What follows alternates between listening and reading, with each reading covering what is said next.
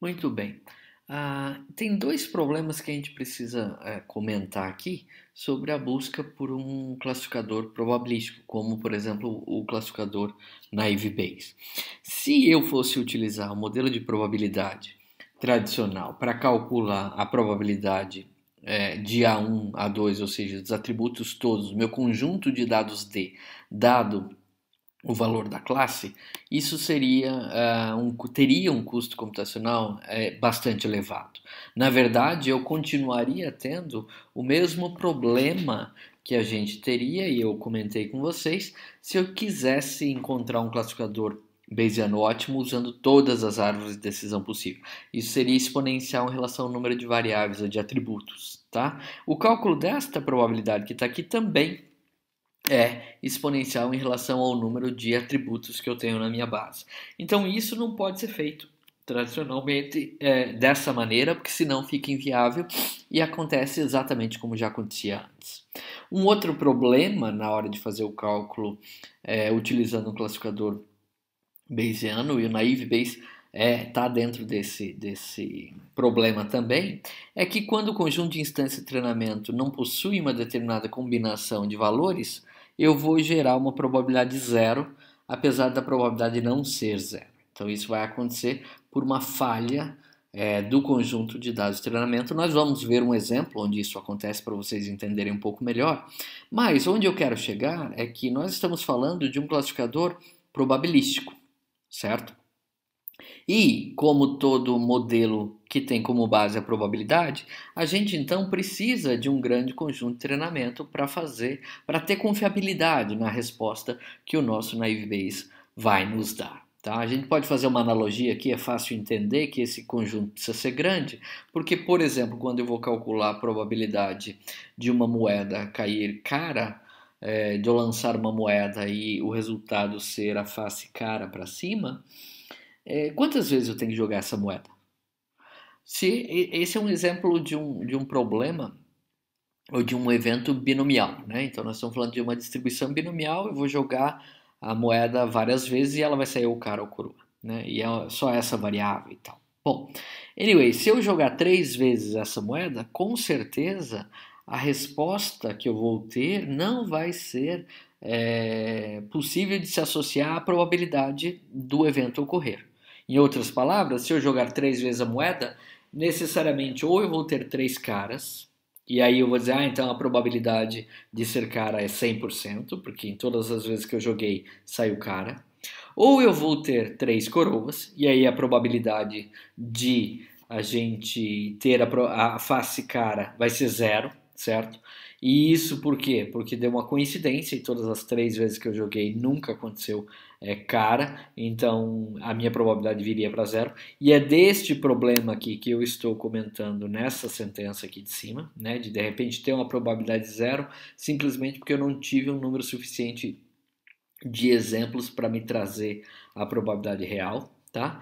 E a terceira possibilidade aí que a gente vai ter seria eu ter 3 caras e uma coroa, ou uma cara e 2 coroas. Ou seja, em nenhuma das possíveis saídas do meu experimento, jogando 3 vezes ou lançando 3 vezes a moeda, eu vou ter 50% para cada uma das faces.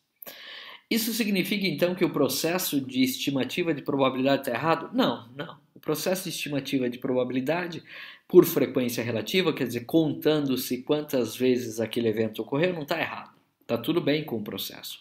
O erro aqui está em você confiar extremamente numa probabilidade que tenha sido extraída de um número muito pequeno de repetições.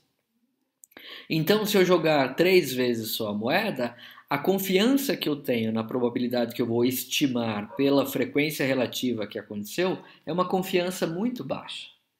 E eu tenho que jogar essa moeda ou lançar essa moeda um número muito grande de vezes para eu conseguir atingir confiança suficiente e dizer, olha, com um alto grau de confiança, a probabilidade da moeda ser lançada e a face que cai para cima ser cara é 50%. Estevam, e qual é o número de vezes? Bom, existe uma lei dentro da teoria de probabilidade que se chama lei dos grandes números e vocês podem fazer uma pesquisa para verificar isso. Se você quiser uma confiança, um intervalo de confiança razoável de 95%, por exemplo, você vai jogar uma moeda dessa, você precisa jogar aproximadamente 45 mil vezes, alguma coisa um pouco mais que isso, para começar a ter essa confiança, certo? E aí você vai ver que vai convergir para 50% e 50%, tá bom? Bom, onde eu quero chegar é que nós estamos trabalhando com modelo probabilístico. Modelo probabilístico, por definição, quanto maior a amostra utilizada para a estimativa da probabilidade, maior a confiança que eu tenho na probabilidade obtida, certo? Então isso continua valendo aqui no nosso classificador probabilístico na Ivy-Bayes também, tá? Bom, o que a gente pode fazer então para melhorar esses dois problemas que eu comentei com vocês? O primeiro é ser exponencial na hora de fazer o cálculo desta probabilidade. O Naive Bayes, então o NB, o Naive Bayes, ele simplifica esse cálculo considerando ou assumindo que todos os atributos, ou seja, todas as variáveis, são condicionalmente independentes entre si, dado que eu sei o valor da classe, certo? Então, se eu assumir isso e disser, olha, A1 é condicionalmente independente de A2 se eu souber o valor da classe. A1 é condicionalmente independente de A3 e assim por diante. A2 é condicionalmente independente de todas as outras também, dada a classe. Então eu posso fazer o cálculo desta probabilidade aqui, que era originalmente um cálculo exponencial, simplesmente pelo produto das probabilidades de cada um dos atributos dado o valor da classe, certo? E com isso, então, eu simplifico demais o cálculo da probabilidade, deixa de ser exponencial e passa a ser linear em relação ao número de variáveis que eu tenho aqui para se calcular essa probabilidade. E é aqui que está o ganho do Naive Bayes, é aqui que está o segredo do Naive Bayes. Ele assume essa história de que as variáveis são condicionalmente independentes entre si, dada a classe, e com isso fica muito simples fazer o cálculo da probabilidade. Bom, vocês já devem ter ouvido eu dizer que não existe almoço grátis, né? Então existe inclusive um artigo científico que mostra essa história do teorema de que não existe almoço grátis, ou seja, no free lunch theorem, tá?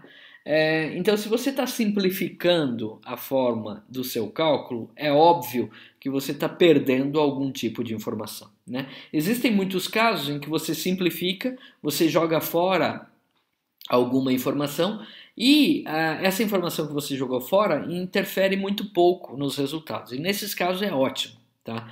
Em outros casos, você joga fora alguma informação e essa informação que foi jogada fora, ela pode impactar de maneira mais forte no resultado que você vai obter. E aí você vai ter que ponderar e pesar, né? Olha, eu sei que se eu simplificar demais o meu modelo, o meu problema, a resposta pode ser menos confiável ou pode não ser tão precisa.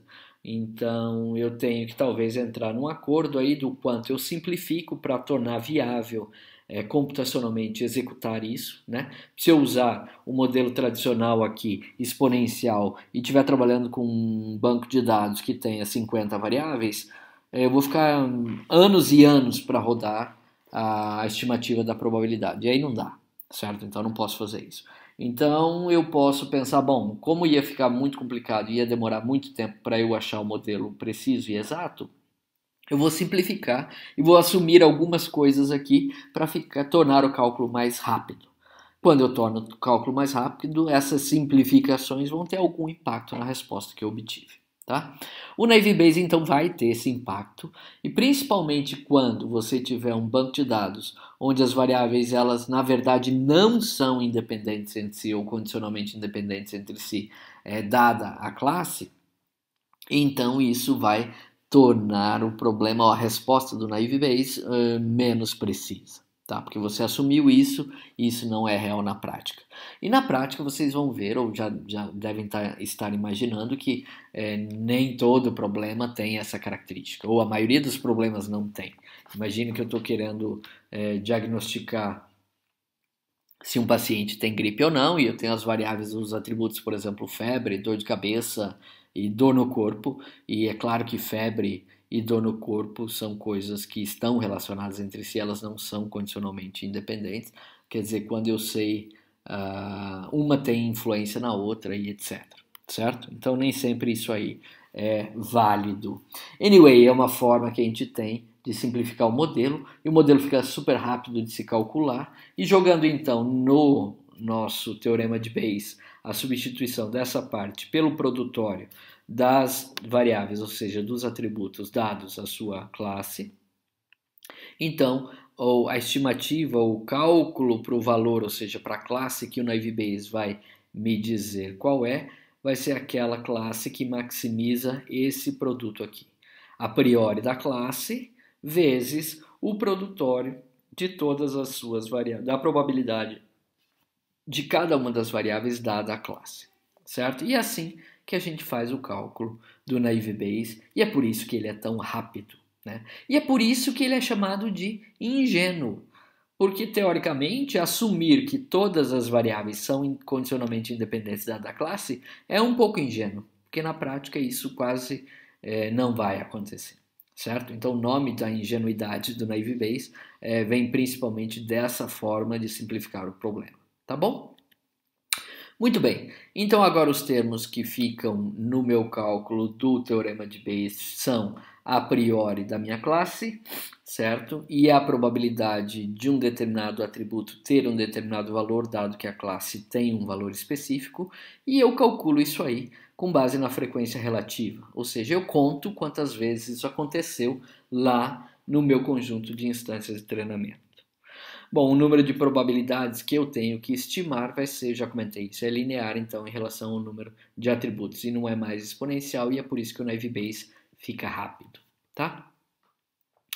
Quando o meu conjunto de instâncias, que acaba sendo dado para descrever o problema que eu quero classificar, respeita aquela suposição de que todos os atributos são condicionalmente independentes dada a classe, aí, senhores, estamos falando do nosso sonho de consumo. Ou seja, se você tem um conjunto de dados, certo? Ou um problema, no qual as variáveis que representam esse problema, ou as variáveis que representam esse conjunto de dados, sabidamente são condicionalmente independentes dada a classe, então o Naive Bayes é um classificador bayesiano ótimo para esse caso.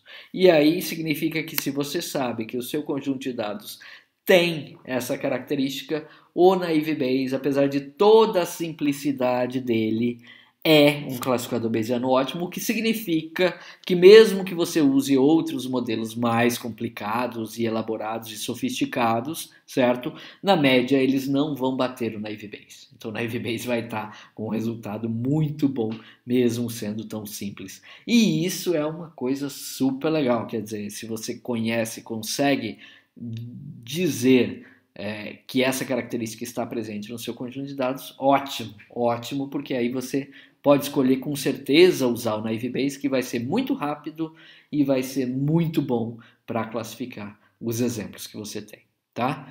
Então aqui nós chegamos num ponto em que usando o Naive Bayes, às vezes é possível se ter um classificador bayesiano ótimo para resolver o seu problema de classificação, né? Que foi o que a gente começou procurando quando a gente começou a falar nessa unidade sobre classificador bayesiano. Tá? Um outro ponto que a gente precisa comentar aqui antes de ver o exemplo, que é o que a gente vai fazer na sequência, sobre o Naive Bayes que aquele problema do...